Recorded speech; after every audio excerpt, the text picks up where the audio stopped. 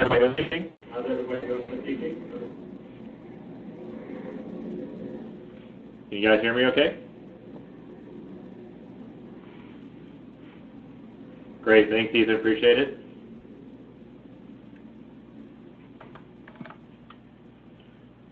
Conrad? Thanks, that's probably a little bit better. Thanks, Dwight, I'm doing good. Travis, thanks.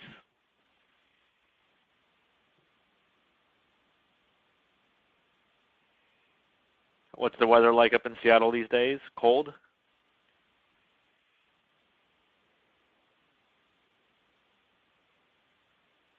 Yep. Hey Morgan, how you doing? Thanks. Yep. I'm staying up in Q and I are staying up there for the weekend to go skiing actually, so I'm glad. Thanks, Presley.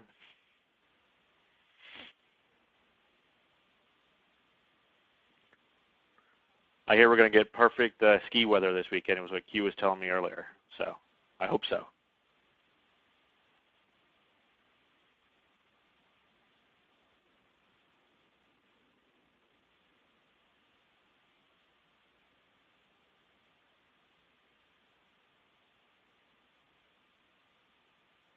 Jose, how you doing? It's been a while.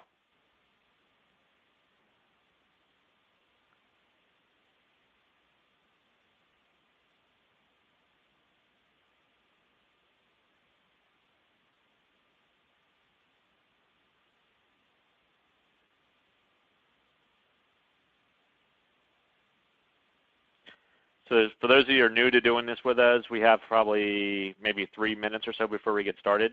Just want to get everyone logged in, so we got a couple minutes.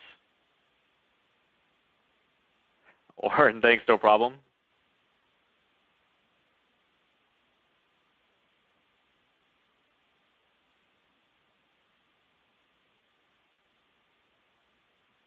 Thanks, Adam.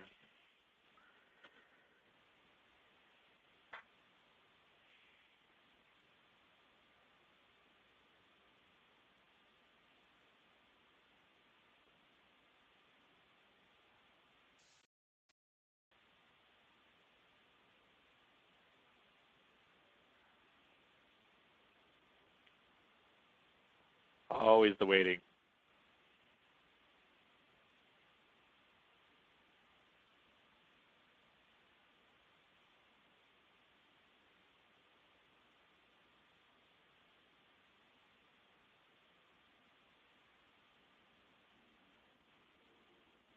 It's starting to rain here in San Diego, and everyone's freaking out about the big storm we're about to have. I'm already dreading my commute home after I'm done with this.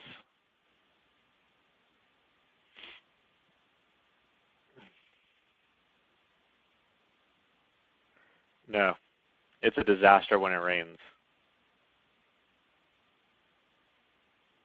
Hey, Peter, how you doing?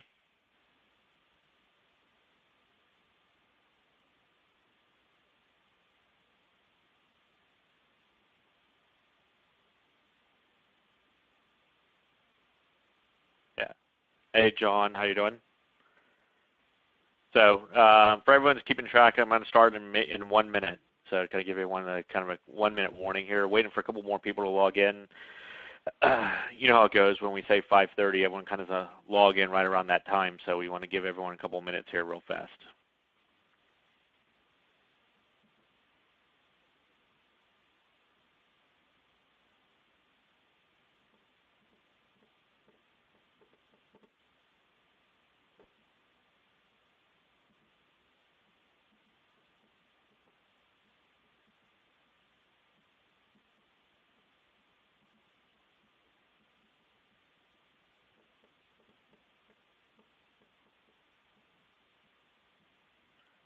A couple more people. I just saw a couple people log on here real fast. So Drizzle, you're lucky if you get sunshine in Whidbey. What are you talking about?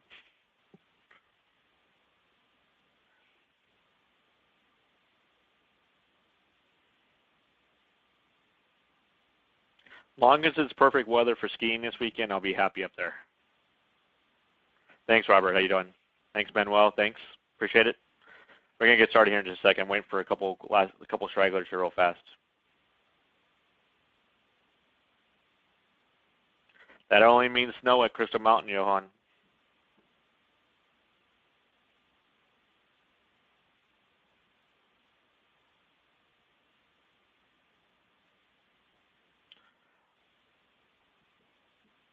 I've never been to Stevens. I hear it's fantastic.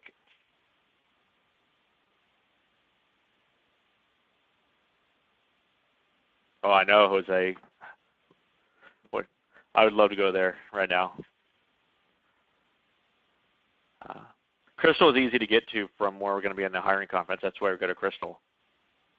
It's an easy drive. All right, so I'm going to get started, everybody. We can definitely talk about skiing when we're up there. Thanks for everybody for joining. I know some of you have been through one of the webinars with us before. For those of you that are new, kind of give you a quick rundown to what to expect, and kind of go from there. So you can see we got the agenda up there. We're going to talk a little bit about the hiring conference, how it's going to work, schedule events, just kind of a quick overview of the event to make sure that we're all on the same page. Talk a little bit about resumes. We get a lot of questions about resumes and what we're looking for to provide to the employers that are interviewing at the event. Obviously, location details, interview attire guidelines. There's always questions regarding that. And then a little bit about the event, how the day is going to work on the first day, which is Thursday, then the interview day, which is Friday. And most importantly, we're going to talk about the companies and who's going to be interviewing, what are they looking for, what are the positions available, location information, all that kind of information as well.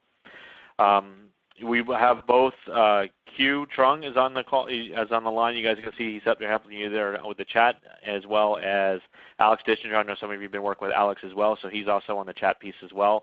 So if you have any questions, definitely throw it up on the chat line. We'll try to get them answered as I'm going through the presentation.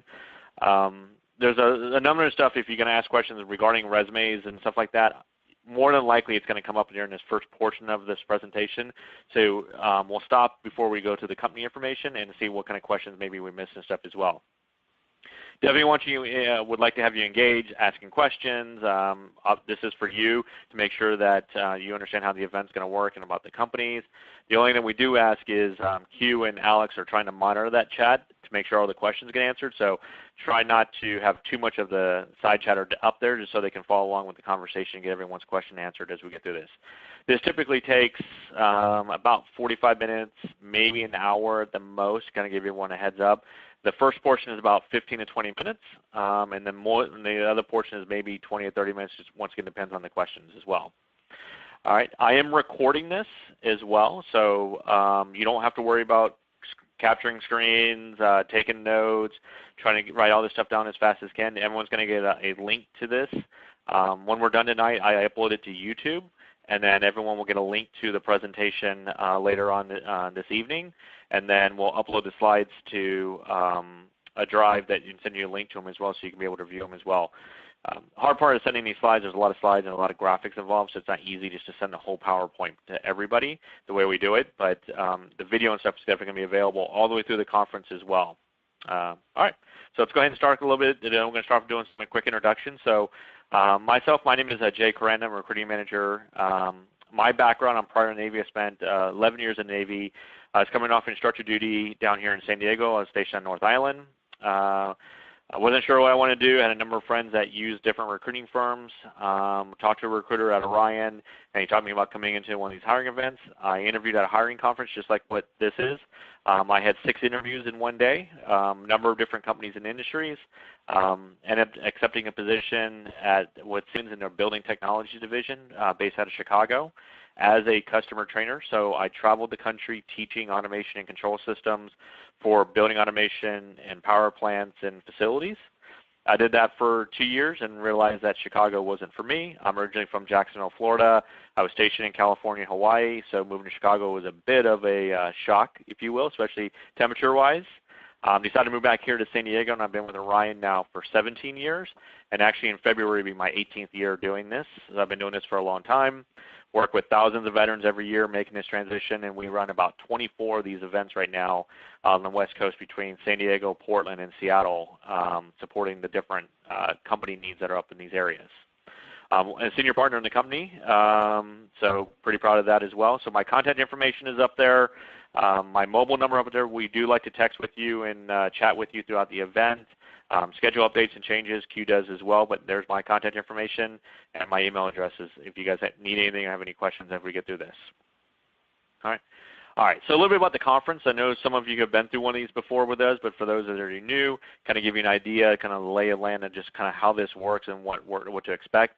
Hiring conferences are very unique to the military, transition military and former military. There's no really other source out there like this for, say, civilians, something like that. And the reason being is because the military member and the veteran is a very unique circumstances. You're stationed around the world. You have at-sea periods underway, TAD, deployments, all these things that come up depending on where you're stationed, that you have all these military commitments and stuff as well. So it's hard to plan on doing interviews based around those kind of schedules.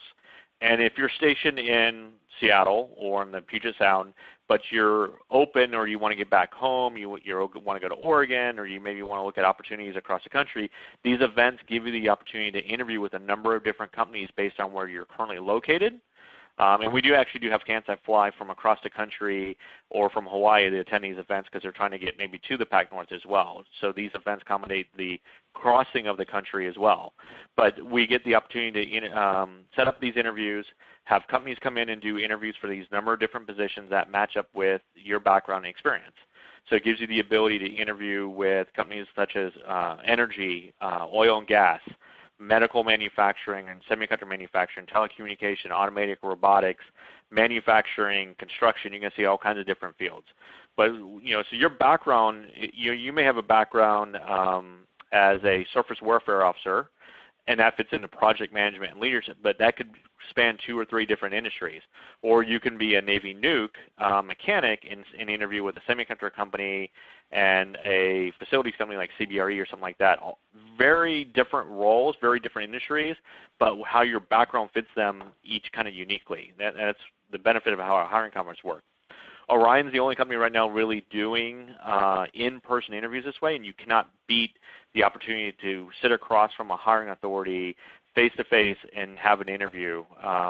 We do some phone interviews, we do video interviews as well, but it's the in-person piece that really makes a difference, because even though you may have a manager that's a prior veteran, but sometimes they may not understand your background experience and how it fits your company directly and stuff as well. So it's that in-person interaction you get from doing interviews that really works.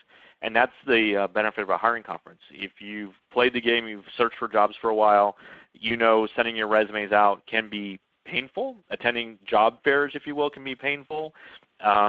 Sometimes you don't get callbacks. Sometimes you don't get noticed. You apply to a number of different jobs. So we try to alleviate all that through one of these kind of events where we actually coordinate you directly for the interviews.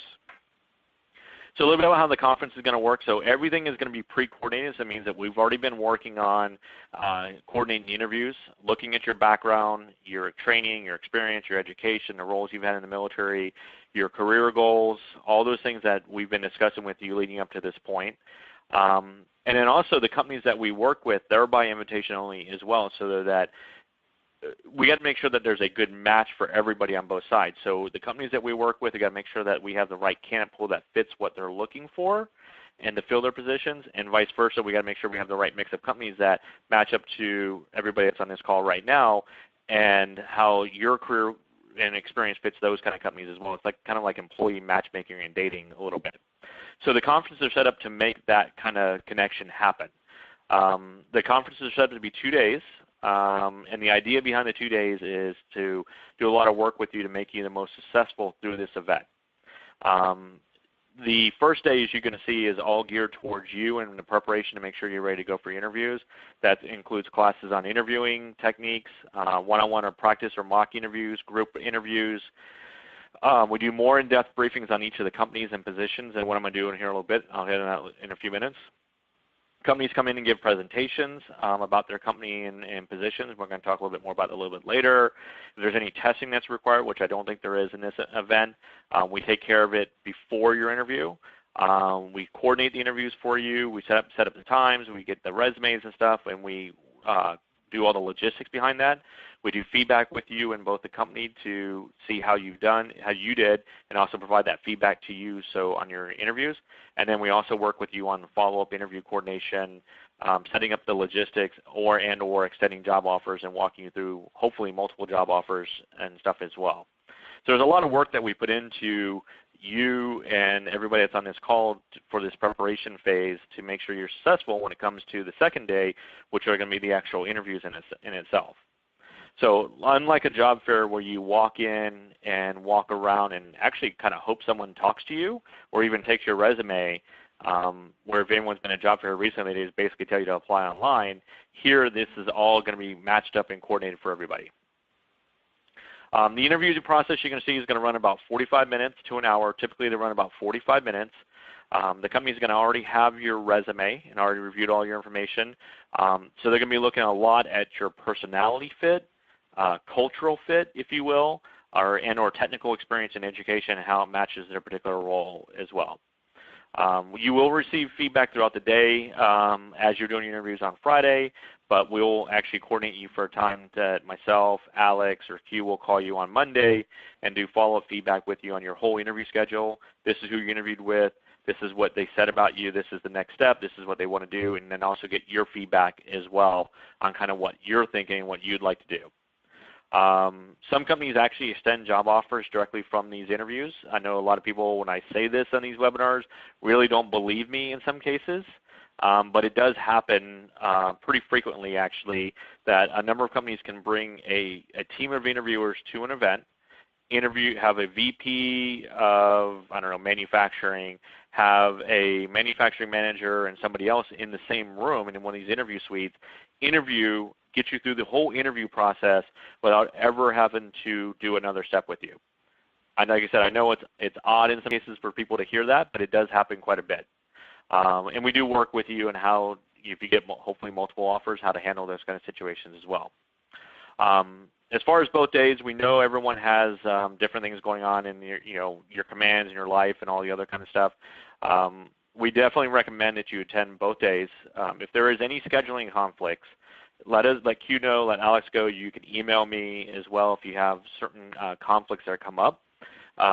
But we spend all this time preparing you and getting you all set up for the preparation phase. So just let us know what your situation is and we can work with you on the event itself. We get some candidates that will say, you know what, I've interviewed before, I'm pretty good at it. Why do I need to attend the first day?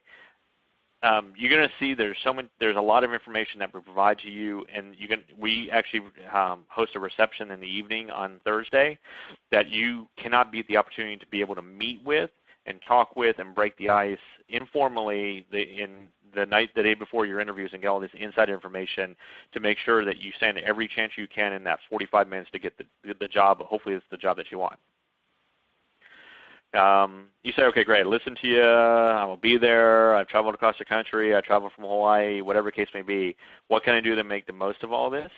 I would tell everyone, and I was the same way and I was getting out, is the number one limiting factor tends to be location, location, location. The more open you are on location, the more job opportunities are out there for you. Just simple math. Typically, you're going to see most of the positions are going to be in the Seattle, Portland area in this case, so it's really not that big of a deal in the Pac Northwest. When we're here in San Diego, we get companies from all over the country that will attend the ones down here in San Diego as well. But just kind of keep an open mind. There's a lot of great opportunities out there. I never thought I was going to end up in Chicago. It definitely was on my radar screen when I was searching for jobs, but it was really the best opportunity to go to work for Siemens in that role. Even though I had to suck it up for 2 years in Chicago, it got me in a position to get this job right here, and I'm still doing it 17 years later. So I moved away from San Diego to basically be able to move back, and it's weird to say that in some cases. All right. What should you bring to the hiring conference? 15 companies in resume on resume paper. I'm going to hit on the resumes on the next slide. We recommend in some cases bring a notebook, a portfolio, or a notebook and a pen. iPad is fine. We're going to be in a conference room the whole first day. Actually, we have a conference room for 2 days. So if you want to bring a tablet or a laptop or something like that, that's fine. We have Wi-Fi access and those kind of things. But some people would like to put together like a brag book or portfolio, and that's you're definitely more than welcome to do that as well. We have a very high success rate doing these events just because of you have the in-person piece of it more than anything. Is we actually place over 80% of the candidates that attend one of these events, we actually place either directly related to these interviews that are going to happen on Friday, or afterwards there's a number of companies that we have that we still have ongoing openings with, but maybe for some reason the company wasn't able to attend the event or something like that. So this is only a small number of companies that we actually have openings with that were available to come in and do these interviews and those kind of things. So resume guidelines. So we request that you bring 15 copies of your resume on resume paper. If you're not familiar with that, if you go to Kinko's or Staples and type in resume paper, you can buy it by the box. You can go to FedEx, Kinko's, and they'll print out resume paper for you. It's a little bit better quality, thicker paper than normal photocopy paper is. Some kind of quick guidelines regarding those. If you print them out at home or you print them and they're more than one page, and it's okay to be 2 pages. I want to go to 3 pages, but 2 pages is fine. As long as your page 2 is not like 1 line or 3 lines or something like that, you want to make sure it's not worthless to send it to the second page. Make sure you staple them. I know it sounds weird. A lot of people paper clip them or something like that. We don't want to lose your second page. Try to make them single-sided. If you have a fancy printer and you want to print duplex these days and you can print on both sides of the paper because you're being eco-friendly and you want to save paper, or maybe you're being cheap and you want to save paper, we recommend not doing it dual-sided duplex. We recommend doing it single-sided. As crazy as this may sound, believe it or not, a number of managers do not think to turn the resume over and look on the other side. I know it's weird, but you're just better off doing 2 pages.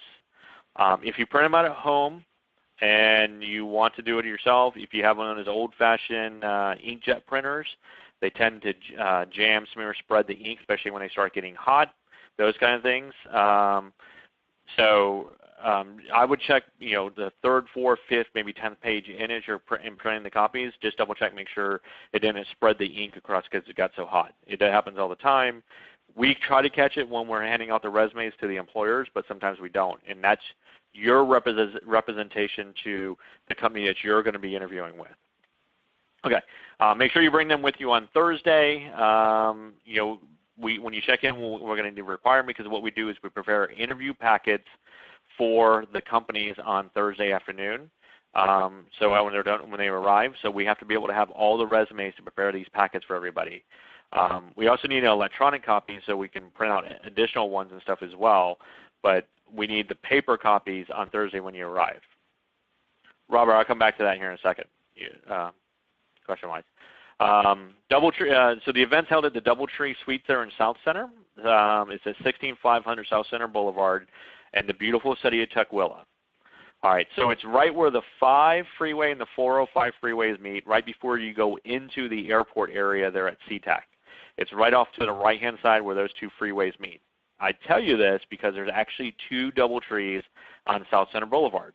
It's weird, I know. One is right outside the airport, and one is directly across the street from South Center Mall. This is the one by South Center Mall. It's like a, 10-story building, as you can see, a nice picture of it there.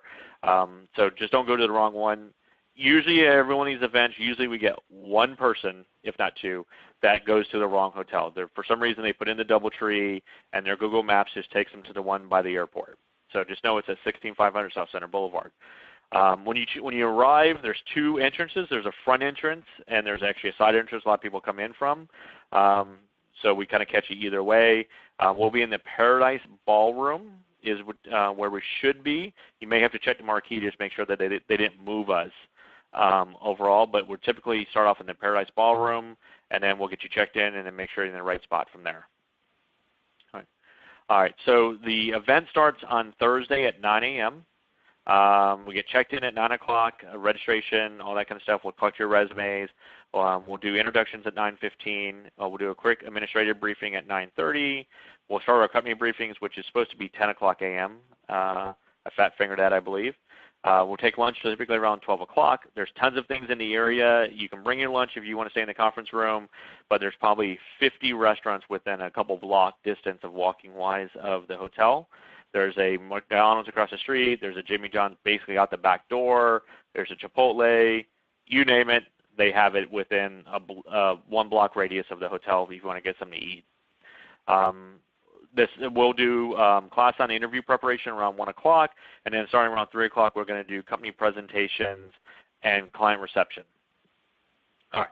So the company presentations are actually the hiring authorities that are coming in to do the interviews, or the team of them as well. They'll come in, check into the hotel, check into their interview suite, and then they'll do a presentation for roughly about 30 minutes. They'll talk about their company, their positions, what are they looking for, and they open it up to a Q&A session for everybody. So think of it like a town hall meeting. So not only do you get to hear it from us, you get to see it tonight. You're going to get briefings on it on Thursday morning. We're going to give you more information on Thursday morning about who the interviewers are, their background, who they've hired in the past, who's been successful there. I'll call it what we call the inside information, not just what you're going to see off of a company's website. Then you're going to come in, then you'll sit through the presentation, and then you get to talk and hear it from the actual employer themselves. You know, you may find a company that you weren't thinking of that you really are excited after hearing their presentation, or you may sit in a presentation and you're like, I thought I was going to like this company, but there's no way I want anything to do with this. It happens both ways all the time. Typically, we hope you like it. And then as soon as those presentations are done, you'll have a whole schedule mapped out for you on your schedule, and then we host a reception in the lobby of the hotel, in the atrium. So what that is that we invite all the employers that can make it, the ones that do presentations and other ones, to come in and participate in this. We basically open up the bar, beer, wine, soda, water, all that kind of stuff, and light hors d'oeuvres, and you get the opportunity to talk with each of the interviewers of the companies that you're interested in interviewing with, get to know them the night before in this informal setting. They ask you questions. You get to ask questions about the company and positions. It's a game changer to how well people do in interviews.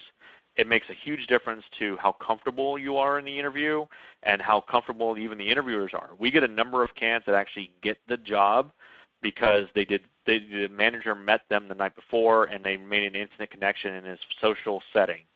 Now, we've seen candidates lose the job as well because maybe they had a little too much, or just don't work well in a social setting, or they become a stage 2 clinger, something along those lines. But we kind of guide you with that a little bit and make sure you're talking with the different companies. But a number of candidates actually win the job by this. Now, with this reception, it makes it for a fairly long day. It usually wraps up around 7 o'clock, I would tell you that. I know it's a long time to leave there at 7 o'clock to get back to Whidbey Island or Bremerton, those kind of places, and be back for interviews. We typically will have your interview schedule done right around that same time as well. But it makes a huge, huge difference to how well you interview and these companies and stuff as well. You can probably ask Hosea, who I know has been to one of our events before, who interviewed with, I think, I Am Flash, would probably tell you it's a great way to make a connection with a company. When you arrive, you're going to get a folder. It's going to have a match sheet. I'm going to show you that here next. You're going to get a schedule event that's going to be mapped out for you as well, information on the companies, and then an interview prep guide. What's important to know here is a little bit about the matching sheet and how it works. So in this folder will be a list of all the companies that are going to be interviewing. No location preference, any of that stuff really matched up, as far as location stuff like that. It's basically a raw list of companies.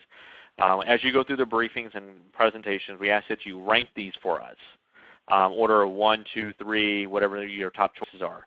I transfer all the information into an Excel document, and I look at your resume, I look at your experience, look at what you want to do, look at your rankings, and then we have so many interview spots with each of these companies, and we try to make sure that we do this matchmaking process that we get you set up to interview with the companies that you're most interested in. So typically I can get your top 1, 2, 3 choices, maybe 1, 2, 4, 1, 3, 5, 6, somewhere in there. Now there are some instances where you may not rank a company very high. However, there's a company that may have already reviewed your resume and your information that requested to interview you because you have the right experience. We ask that you give us that flexibility in return because these companies that come in and want to hire top veteran talent. So therefore, they may have an interest in interviewing you. And what I would tell everybody every time, the worst thing that's going to happen through this event, and I would take any interview that they give to you, the worst thing that's going to happen is you're going to get a job. It's your choice after that point what you do with that if you were to get an offer, but the worst thing that's going to happen is you're going to be in a position to get job offers from this. That's a win-win across the board. So dress for the first day is business casual. I'm not going to read all this to you, but basically Docker, slacks, something like that, long sleeve shirt, button-down shirt, no jeans, no shorts. I have to say no shorts in San Diego. Day 2, which is Friday, the interviews start at 8 o'clock in the morning. They typically run about 45 minutes. What's important to know here is you will have a check-in time 1 hour prior to your first interview. So first interview is 8 o'clock in the morning. Sucks for you, sucks for me. You have a check-in time at 7 o'clock. First interview is at 9:30. It would be 8:30, so on and so on. All right, we try to group your interviews the best that we can all together, so you don't have these huge gaps throughout the day. So we try to get them in these blocks or sessions, if you will. Typically, the last interview starts about 2:45, maybe 3:15, depends on the company, and wraps up around 4, maybe 5 o'clock, but typically we're wrapped up around 4 o'clock is usually the last interview is walking out the door, hopefully, by that point as well. So, and you'll have this whole schedule we map out for you, given to you on Thursday at the reception. If you got to leave, we'll work out arrangements for you to do that as well. Okay. Interview attire, I'll come back to Lucas in just a second. Interview attire for the second day is we recommend interview attire. Our normal recommendation is a suit. Minimum would be for males would be a long sleeve shirt and a tie. If you don't have that, first of all, don't rush out and buy a suit, and don't not come because you don't have a suit either. We get a number of candidates that are like, I don't have a suit, so I'm not going to come. Go invest. If you don't have a shirt and tie, which I hope everybody does, you can go to a Ross or something like that and get a shirt and tie combo or something like that. Makes a huge difference on interviewing and stuff. If you've got any concerns, you can talk to us about the different grooming standards. Usually facial hair tends to be the biggest one. Definitely is very socially acceptable these days as far as having facial hair compared to where it was when I was getting out. However, my point with grooming standards and facial hair is there are some companies that require the use of, like, say, for example, PPE material, and you got to be able to put, say, a respirator on or something like that. And if you have facial hair, would that be come in the way? That's one of the biggest concerns that we see overall. Women, kind of the same thing. Nothing too suit, nothing too classy or too trendy. No low-cut revealing blouses, natural conservative makeup. Once again, kind of good grooming standards, if you will. All right, so that's the event and how it's going to work. I see some questions up there. I think they're getting answered along the way. So I'll let Q and Alex answer those real fast. But are there any questions before we move on about how the event's going to work that needs to be answered before I start talking about the companies?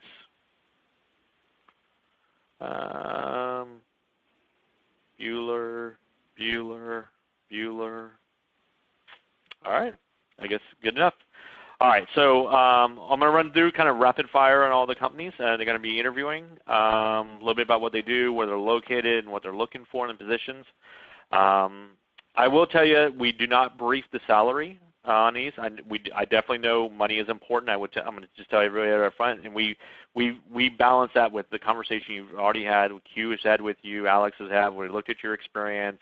We know typically the range and those kind of things and stuff as well. The point of all this right now is to make sure you start looking at the companies and look at these as an opportunity and how they fit into your career goals and those kind of things. And if the first thing that you think of or see tends to be the dollar amount, which once again I know is important, trust me, then you may not give a company any bit of consideration, even though it's a great opportunity that you need to explore a little bit more as well. We're going to provide all the information to you. We're not holding it out from you. We have no reason to. It just, when it comes to this information, if all we do is brief the pay, then you may not give any of these companies a shot, even listening to them in what an opportunity is. So I say that up front just so everybody knows. All right. So I kind of broke these up by a little bit by industries the best I could. The first area, and they're kind of all grouped together here, is these companies all fall into building controls and or facility engineering, facilities management.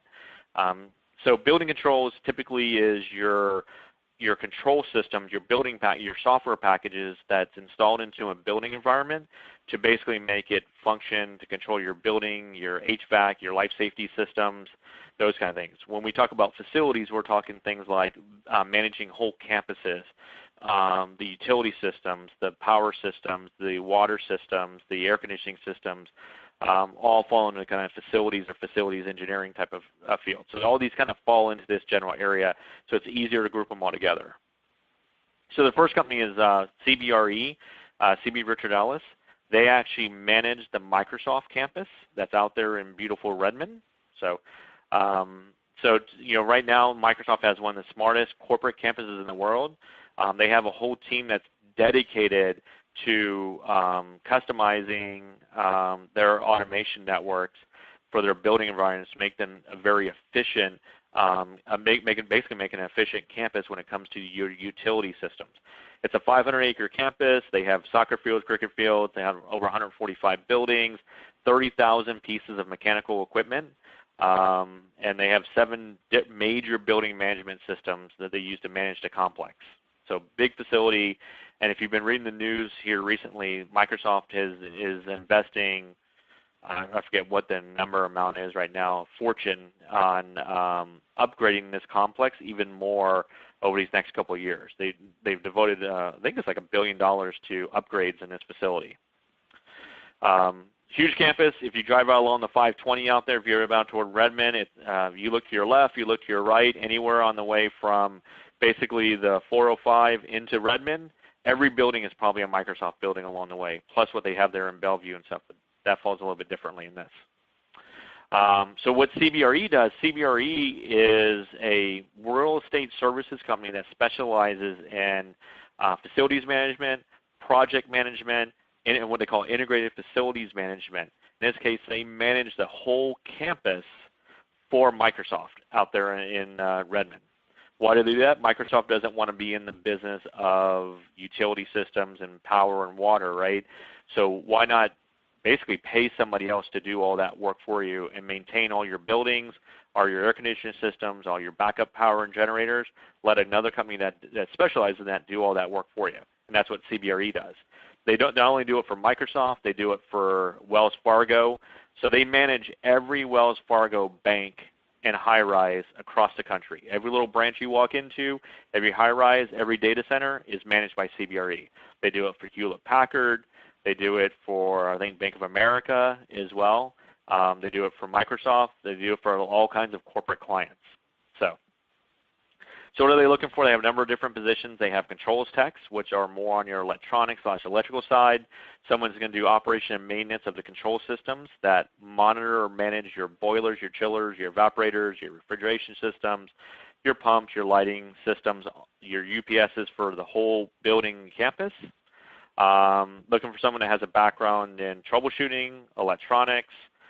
Typically, we would see a Nuke ET and Nuke EM, a fire control man, an avionics tech. Someone with an electronics background is usually a pretty good fit for this kind of role. Next is more on the facility engineering side. This is more on your mechanical side. So facilities engineer is responsible for all the mechanical systems on the utility system side. So they're responsible for your boilers and your chillers and your air compressors and your HVAC systems, your hot water systems, filter systems for the campus and stuff as well. So very strong on the electronics, mechanical, and I don't have a slide for it, but they actually hire in straight electricians as well. So if you're a conventional electrician or a nuke electrician, for example, you would go into the electrician side of what they do, which is backup power, UPSs, transfer switches, basically load dispatching and stuff as well, just like you would for a Navy ship. Next company falls right in line is a company called Fluor. Fluor is a construction, project management, maintenance kind of company as well. So they're kind of similar to what CBRE does. CBRE doesn't build or construct anything. Fluor actually does a lot of reconstruction and fabrication work, and they do retrofitting work. They're one of the largest engineering and construction companies and maintenance companies in the U.S. So they will go in and work on these big commercial capital projects and basically rebuild whole campuses. So say Microsoft wanted to take over a whole campus in a city, they would go in there and basically tear it down or fix the buildings and build it back up the way the customer wants, and then they would manage that for the customers. So similar to what CBRE had, but they have, in this case, this is a top secret facility out near Aurora, Colorado. So it's on the east side of Denver. They have a number of different positions available, similar roles to CBRE. It's utility plant operators and station engineers, HVAC mechanics, and electricians. So they're looking for all kinds of, basically anyone with a background in utility systems or engineering for these roles. Once again, like I said, this is a top secret complex. Don't know who it is. It's something along the lines of a Department of Homeland Security or one of the NORAD facilities type out there that is being retrofitted. It has 1960s technologies and has brand new state-of-the-art 2018 technology, and they're looking for operators, and the station engineers is more on the electrical side for this whole campus. It's Redmond, Washington is where CBRE is located. The only catch with these guys are it requires you to be able to get a top secret clearance. So you got to be able to get a top secret, be able to pass the top secret clearance within 1 year. So it helps if you have a secret or higher.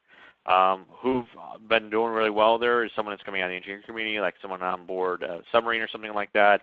Of course, your Navy nuke electricians, electronics techs, and mechanics. But if you have a secret clearance, they can, even if you're an avionics tech, they can hire you for these roles. They work a 5-4-4-5 schedule, so they work 5 days on, 4 days off. Then they work 4 days on, 5 days off, 12 hours a day, and they get overtime built into your schedule automatically that you work every day as well. So pretty cool how they work the schedule and stuff as well. So if you like to ski, maybe you would prefer something like Denver, but really they're looking for someone with electromechanical background for these different roles. Next set of companies that fall into this area is more on the building control side of it. So those are kind of facilities companies. So Siemens is the first one.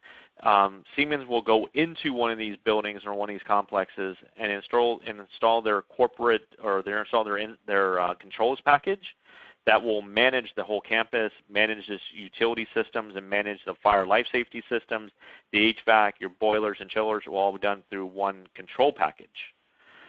So everyone should know, Siemens is a global powerhouse. They're the 5th largest company in the world. They have over 350,000 employees.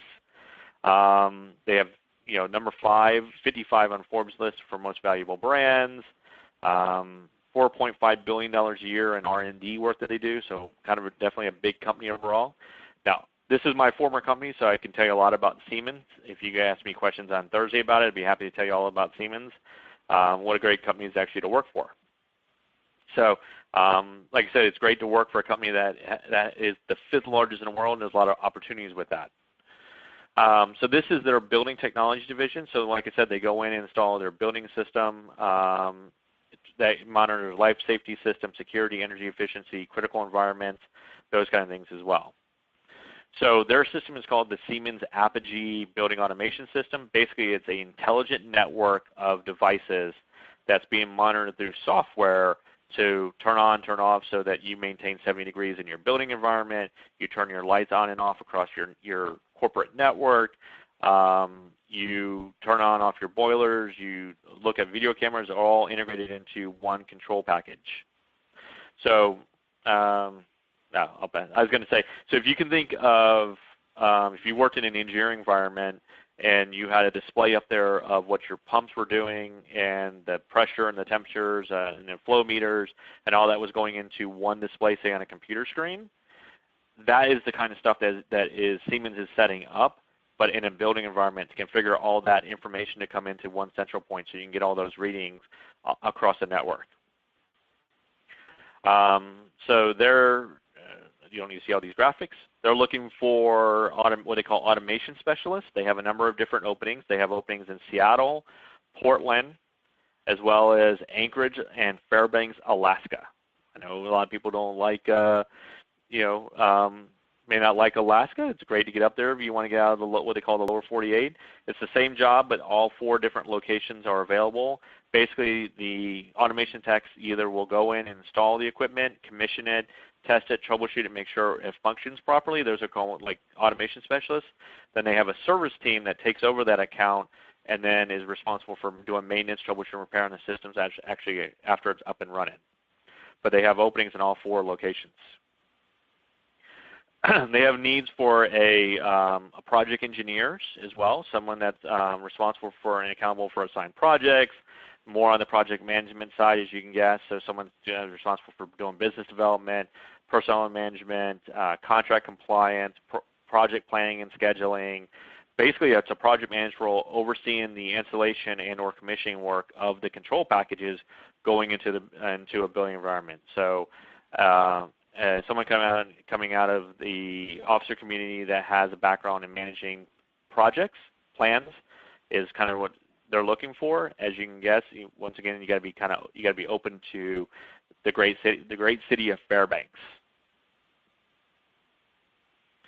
Following on the same lines, and you have Long Building Technologies, exactly the same as what Siemens does, so we'll streamline this a little bit.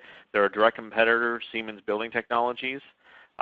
They install building automation control packages. They install same kind of customers. Their customers, just like Siemens, are universities, hotels, hospitals, universities, and these systems go into like high-rises, I'm trying to think, like stadiums and those kind of things as well. They have a couple of different roles. So first is more on the sales side. So someone looking for an account executive role, someone that's going to generate leads, do estimation, quote, negotiate and sell control packages, negotiate upgrades, retrofit work, negotiate design build type of specs, make sure the jobs obviously are profitable for long, achieve a certain book of business and goals, and implement basically sales opportunity within through the Puget Sound area, and that's all based out of the Seattle office for them.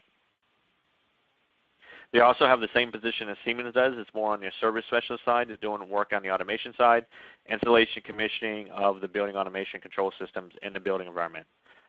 Siemens, Long, really kind of one and the same in what they do, but the only difference is in this case Long has a sales position available as well. Next is a company called Urban Renaissance. Urban Renaissance falls in line to facility engineering, facilities management as well. So they're just like CBRE, but almost exactly what CBRE does. So they're a Seattle-based acquisition development company that goes in and buys up and provides buildings, if you will, in Seattle and Bellevue, Portland, and Denver markets right now. Super profitable. They buy them, improve them, and then manage those facilities, these high-rises. Very upscale end facilities, but they're hiring in facility engineers to basically maintain these buildings, just like what the job is at CBRE, but in this case, manage these unique buildings in these different cities. All right. Next, falling into construction/project management type of roles. First company is a company called the EC Company. They're ranked as one of the top electrical contractors throughout the Northwest. They do electrical construction, power services, and service solutions from practically any job or any size, any industry. So they're an electrical contracting company that specializes in like data center type of work, infrastructure, solar projects, all fall under their power solutions.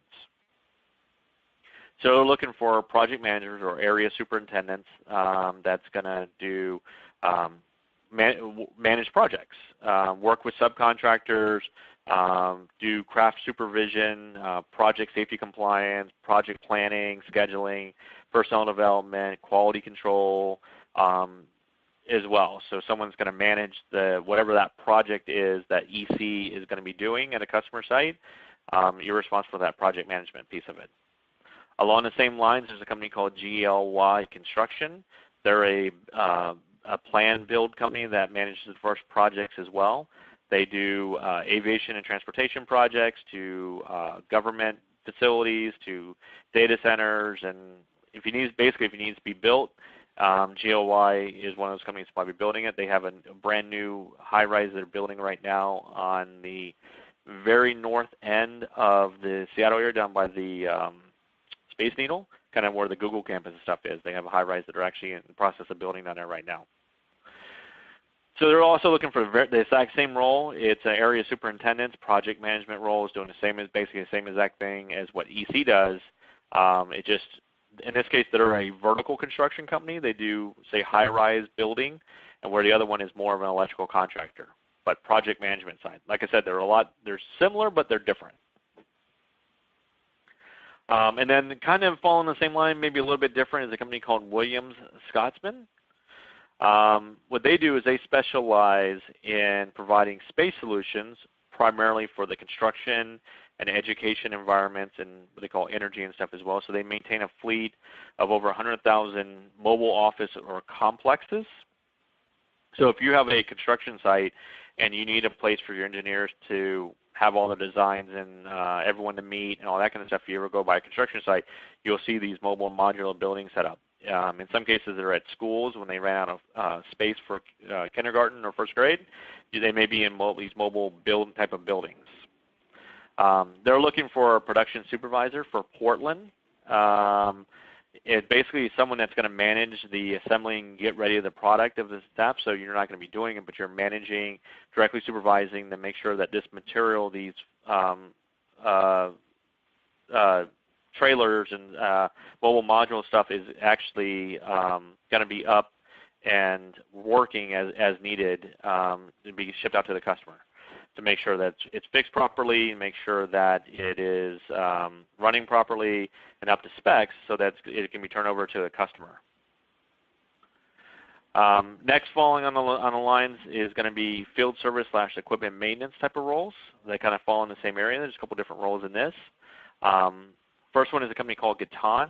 They're a manufacturer of instrumentation and software that specializes in analytics with electron beam microscopes. So Gatan's analytical instrumentation is found mainly in government and academic laboratories, biotech, pharmaceutical type of roles. So you'll see scientists and researchers in these areas as well as semiconductor manufacturing use their electron beam microscope technology for what it is they're working on, to either see a cell or to see a piece of a semiconductor. They're looking for a field service engineer, someone that's going to work out of their house, travel on site to different customers. You can live anywhere you want as long as you live near a major airport. You want to live in Seattle, Portland, whatever, you just got to live near a major airport. And your job is to travel to different customers doing installation, maintenance, troubleshooting, repair work on their equipment. Of course, they'll train you on the equipment. It is high travel, but you can live wherever you want type of role. All right. Next one is a company called Vertiv. Vertiv designs, builds, and services mainly critical infrastructure. Once again, the critical infrastructure would be something along the lines of data centers, communication networks, industrial facilities. Their products include UPSs, power distribution system, load banks, transfer switches, parallel switchgear, those kind of things. They're looking for field service engineers as well. They have needs in Seattle and Portland. They install, commission critical data centers, cogeneration startup, they do transmission, distribution, and generation systems. They do circuit breaker testing, transfer switch testing. So basically, think of it this way: if you're going to build a data center and you're going to install all this high power equipment and switchgear, all this stuff has to be commissioned and tested to make sure it operates properly before you can flip a switch. Vertiv will go in and install that equipment, or not install it, but test it out and troubleshoot it, make sure it works properly so it can be signed off on so they can work properly. If there's any service work that needs to be done, they maintain all that equipment as well. All right, next is going to be, manufacturing type of roles. There's a couple that fall into that. First one is going to be a company called CMC Biologics. Biotech is kind of unique, especially for military. So when you get into drug manufacturing, if you will, there's two sides. There's pharmaceutical manufacturing, and then there's biotech. Pharmaceutical side is they basically produce everything chemically, making a drug. Biotech's approach is they will create instead of a chemical compound, they'll use things like living cells to serve as the manufacturing component.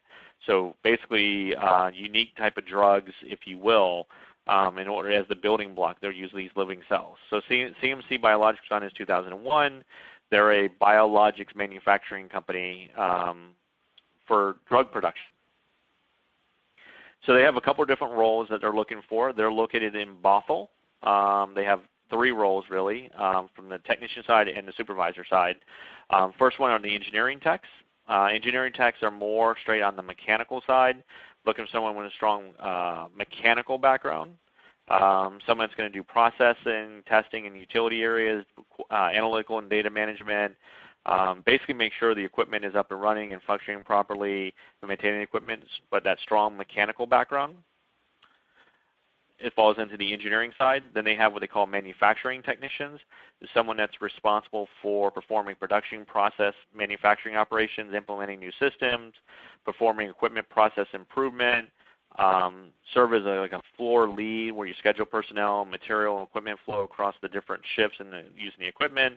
So someone that has a strong computer background, multitasking, good communication skills, dynamic environment, some supervisory experience, but someone that can look at a machine and troubleshoot it and fix it, and look at process improvements on that equipment and make sure that the equipment is operating at its optimum level. And so they're located also in Bothell. And then there's a manufacturing supervisor role, more on that straight leadership side. Someone's responsible for overseeing the staff and the execution of the production process in the GMP, which is good manufacturing, manufacturing process, manufacturing operations for direct reports. So providing leadership, setting priorities, expectations, setting up standards, training, coaching, mentoring your manufacturing associates, developing your staff, performing, monitoring your staff and operations, setting up SOPs, straight out leadership to make sure that everything is manufactured by the SOPs. So 3 different roles that they're looking for. I'm not going to go into all how they do it, but it's kind of a unique process they have where they got different phases where they will grow a cell, do a cell culture, if you will, and all this is going to be in the presentation and the slides and stuff I'm going to send to you. Then they do this recovery process where they basically are isolating and purifying a protein through this process using this equipment, and then they will purify it and fill and finish it so they have a purified cell product that can be used for drug manufacturing using these proteins. Next is a company called Johnson Controls. Johnson Controls is more, they do, in this case, they do battery manufacturing. So Johnson Controls specializes in building automation controls, but they actually one of the largest providers of batteries, lead-acid batteries right now, and other batteries are used for hybrid and electric vehicles. They do 146 million batteries every year. They have a facility down in Canby, Oregon that they're looking for people with a strong electrical, hydraulic, pneumatic, or mechanical background. It's a maintenance tech role working on equipment in their manufacturing environment down in Portland. Next is a company called Outback Power. They're located in Arlington, Washington. They design and manufacture advanced power electronics for mainly renewable energy, backup power, and marine and mobile applications.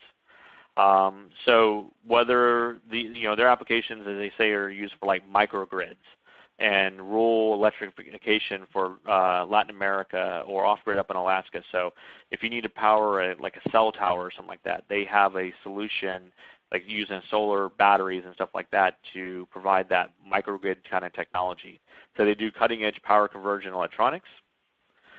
They have a project management role they're looking for in Arlington, so someone that's responsible for cross-functional teams, managing budgets, developing schedules, looking at schedule variances for manufacturing, developing project plans, and communicating project within manufacturers. So you basically are responsible for taking from a design concept from an engineer through the managing the overall flow of that manufacturing of that product to go into mass production for, say you're building, I don't know, say a battery, I don't know, whatever the power conversion component would be, but they're responsible for that flow from the design piece through the manufacturing going out the door and project managing that product line.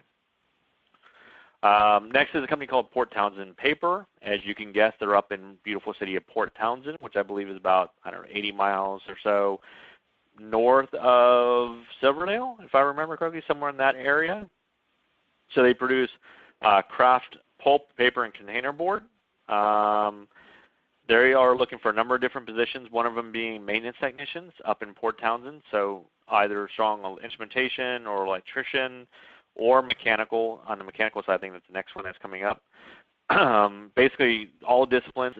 More mechanical the better, to be honest with you, because a lot of big industrial equipment, big rollers, bearings, gears, but looking for someone that's maintenance oriented that can do troubleshooting and repair on their big equipment and systems. They have electrical reliability engineering position. This is more with someone with a strong electrical background or an engineering background, responsible for reliability, productivity of the plant and all the electrical equipment systems. Then they have a need for a maintenance planner and stuff as well. So typically for the electrical reliability engineer, they're looking for probably an electrical engineer or maybe a strong Navy nuclear electrician or a senior Navy nuclear electrician, maybe the other side of it for the reliability. Then they have a maintenance planner role, all up in Port Townsend, so someone that's going to oversee the maintenance. You're going to update and create maintenance plans, maintenance item task lists, basically monitor a 3M maintenance program. Manage preventive maintenance and work orders, provide load versus capacity, make sure you're shutting down the equipment at the right time, make sure you're managing that preventive maintenance schedule as well. That's it on all of those. And next is, I think, the last area, which is going to be semiconductor. I'm trying to keep a fast pace, so I know you guys will want to be on here all night long, so I'm trying to keep it going for everybody. So next is the last one, which is going to be the semiconductor industry. Semiconductor is kind of unique because of how high-tech the industry and stuff is. So, you know, when we think of semiconductor, a lot of people think of semiconductor, they think of a chip. They think of the, I don't know, the Apple A9 chip or A10 chip, whatever you have in your phone right now, whatever you're rocking these days. Or you think of a chip that looks something like that if you're rocking some type of Android device. Chips that you see on circuit boards, or maybe you have a Samsung product and stuff as well. But when we talk about chip and semiconductor manufacturing and the equipment makers, we're talking about that little teeny yellow teeny chip that you see. I don't know if you guys can see it or not. Inside that, that's inside those layers of packaging, the actual semiconductor itself. So in order to make a chip, you got to take a silicon wafer and process it through the course of about 19 to 21 different process steps over the course of about a month, adding on chemicals and gases, putting a light source on it, etching it away, doing it all over again to make billions of transistors and something that's smaller than your fingernail, using a lot of robotic type of equipment to work on a wafer that looks something like that. So in the end, you have something that looks like that. That is a memory chip that gets packaged up and put into that packaging that we saw earlier. That little chip, you know, if it's 16 gigs, can hold 28,000 documents or 19,000 songs in 16 gigs. They're up to, I think, a terabyte right now on memory chips. I'll give you an example. So there's been a huge growth in the semiconductor industry over the last couple of years, and it's still growing at a tremendous pace right now. We cannot make enough chips these days to support all the work that's going into the devices. Not only do you have all your iPhones, your iPads, and every year there's a new one of those coming out, to self-driving cars and how automated our cars are becoming, to now our refrigerators, and you can use Alexa to turn on and off your microwave now, and all those kind of things is just crazy stuff that's going on. So it's a tremendous industry. It's growing at a phenomenal pace. So there's two sides of the industry. There's the chip maker, semiconductor manufacturing company that manufactures the chip itself, and then there's the equipment makers that make those machines, the robotics that's used to manufacture semiconductor. So we're going to kind of cover both. So the first company is ON Semiconductor. So ON is a Fortune 100,000 semiconductor company. They specialize in power supplies, automotive, communication chips, medical, wireless devices, basically logic devices that go into all these different applications. They're one of the leading edge companies right now that specializes in the technologies going into self-driving cars, to kind of give you an idea. So they're a semiconductor manufacturer. They're looking for maintenance technicians that's going to work on their equipment that, once again, this robotic equipment. Think of a semiconductor process tool, a wafer, that's going to make a wafer something the size of a helicopter in some cases. Has on it hydraulics, pneumatics, ultra-purified water systems, electronic control, power distribution systems. And it can range anywhere from a couple $1 million to over $100 million per machine. And it could take upwards of almost 6 months to install one of these into a factory. These maintenance techs are responsible for doing the preventive maintenance, corrective maintenance, and troubleshooting repair on these robotic systems used to make a semiconductor. Anyone that can troubleshoot equipment is kind of a really good fit for what they do, but they're down in Gresham, Oregon is where they're located. They work a compressed work week schedule, which most semiconductor companies do. So its example is 3 days one week and 4 days the next. Sunday, Monday, Tuesday, every other Wednesday, or Thursday, Friday, Saturday, every other Wednesday. They work 12-hour shifts. They build overtime in their schedule. A lot of people love the compressed schedule once they start working on it. Next company falls in line to a semiconductor equipment manufacturer. So ASM is the first one. They manufacture equipment that goes into a non-semiconductor or an Intel or a Samsung or something like that. So they make cutting-edge thin film deposition tools that's giving companies the ability to work at 12 nanometers and even down to almost 7 nanometers process right now. So 12 nanometers, you think is 4,000 times smaller than the width of a single human hair. They're manufacturing circuits at right now. They're putting billions of transistors on something smaller than your fingernail using this kind of technology. So ASM specializes in what they call deposition tools. So they revolutionized a process called atomic layer deposition, which is basically putting down the deposit in the material onto that thin film one molecule at a time. So kind of unique what they've been able to do. It's basically going atom by atom, is giving them the ability to make some of these chip designs the way they are right now.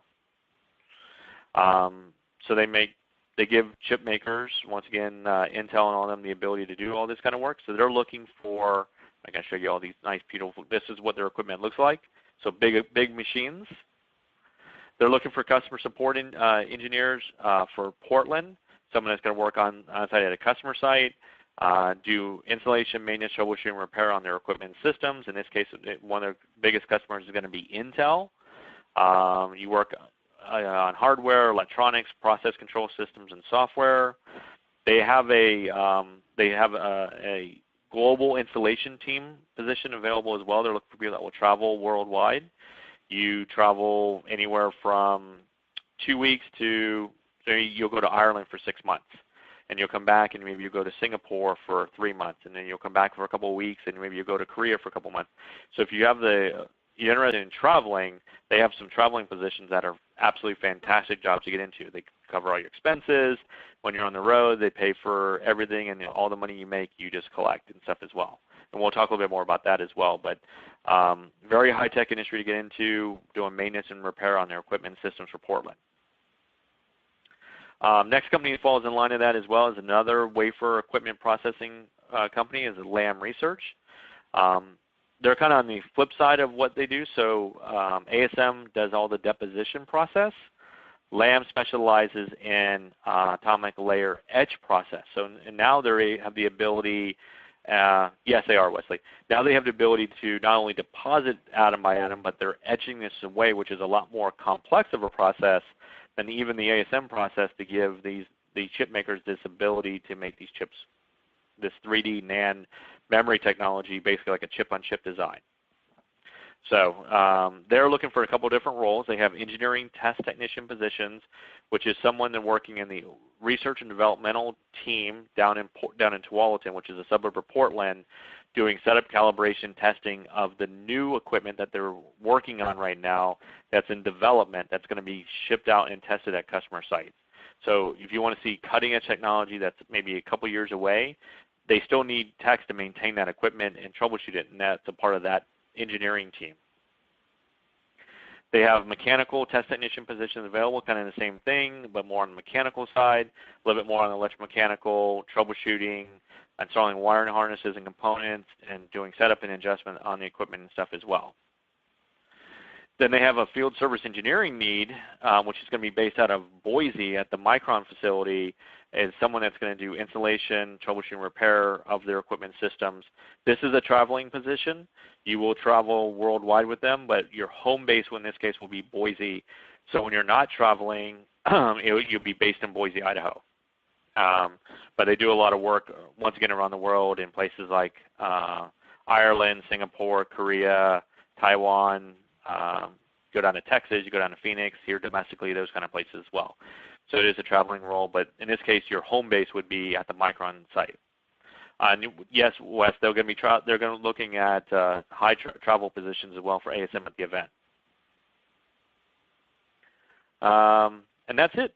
That's all of them. I was trying to get through pretty quickly for you guys. So now we still may get a couple of companies, a couple of housekeeping things. I know you guys may want to get off the call, so let me wrap this up real fast, and I'll stay on and answer any questions.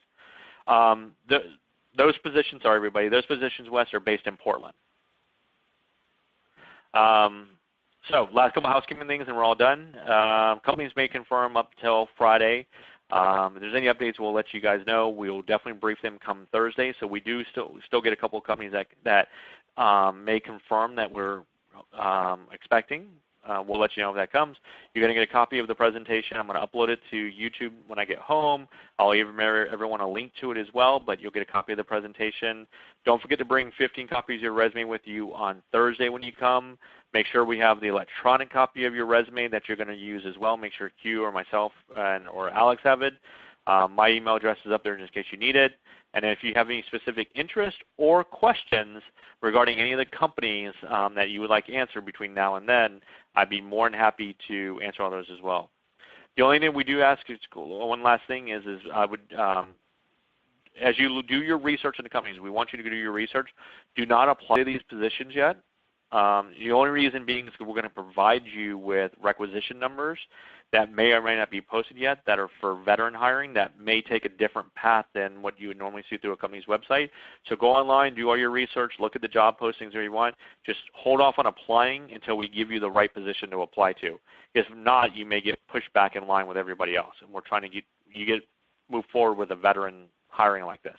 So other than that, I'm all done. Hope I didn't bore you guys. I hope it wasn't too fast for you guys. And I'll hang on to answer any questions for you. If not, I'll see you guys on Thursday up there in Seattle. Just let us know what companies you've already applied to, Oren, and we'll let you know if it's going to be an issue or not. Some companies it matters, sometimes it doesn't matter. Some companies, if you've already interviewed, if you've already applied, it should be fine with Siemens.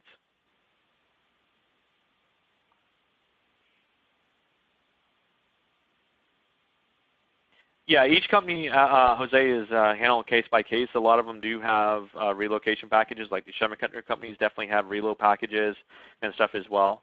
But almost all of them do. They all kind of handle it case by case. Thanks, Morgan. See you on Thursday. Like Lam, for example, Lam Research for the field service position in Boise has an unbelievable reload package to Boise, even better than what you received from IM Flash. Hey, no problem, things, Ethan. Look forward to seeing you on Thursday.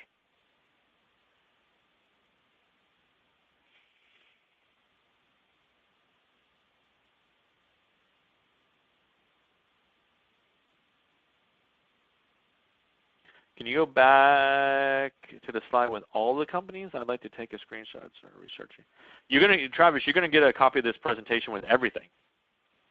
You're going to have the whole presentation. So then you can start doing your research. That's why we do it now, so you have days to do your research. Thanks, Wesley. See you on Thursday. Thanks, Cody.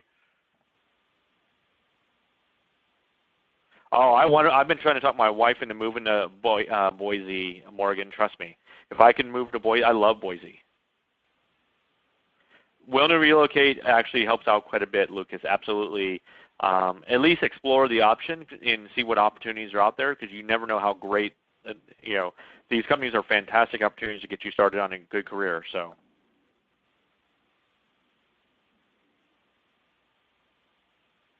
Yeah, but they run them as separate companies, Jose, so sometimes it's not that big of a deal if you work for IM Flash and whether or not Intel or Micron, they treat them separately. Thanks, Nathan. See you. They're all kind of 3 different business units. Thanks, Doug. See you. See you, Presley, on Thursday.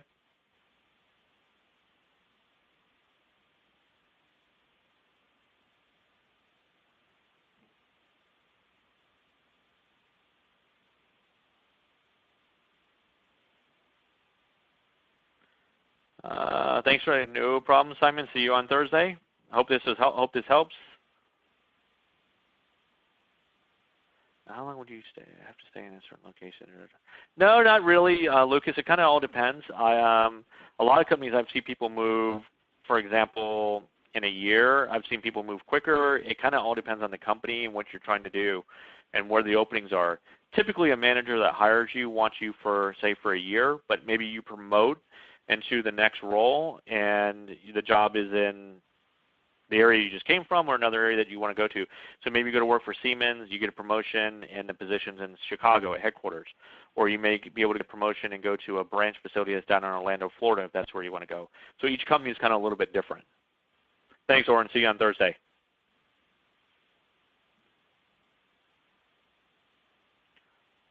Thanks, Jose. Appreciate that. It depends on promotion status. You can apply internally to do lateral transfers within positions. Each company is, like I said, just a little bit different. In Siemens, you have the opportunity to apply internally. For example, I use them because I used to work for them, is that you can apply internally within Siemens and to do a lateral transfer to another branch in another city if you wanted to. You know, like Orion, if I wanted to move to Virginia Beach or Raleigh or Austin, I can move internally within us as a company to one of those offices and stuff as well. Because once you're in, there's a lot more flexibility to do things. It's a good company. It's big. There's pluses and minuses definitely to working for a big company like that. National, worldwide exposure, different business units, a lot of growth potential, but you're one of 350,000 employees worldwide. Here at Orion, I'm one of 110. I can call the CEO of the company up and say, hey, Mike, this is Jay. It's kind of always been that way, and I work for a small company, so there's trade-offs.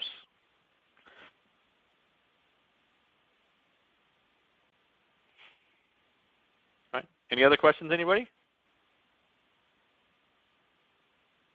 All right, perfect.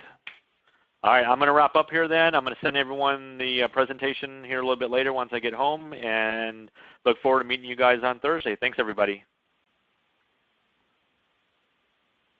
We can talk, Lucas, you can talk to me about that on Thursday and when we're there, and I'll answer all your questions for you about those if you want to do something like that. Thanks, Johan. See ya. Appreciate it, everybody. Have a good night.